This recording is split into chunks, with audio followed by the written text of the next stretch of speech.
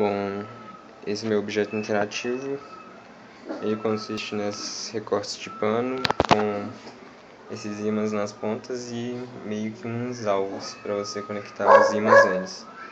Aí à medida que você conecta um ímã no alvo, luzes acendem nos recortes.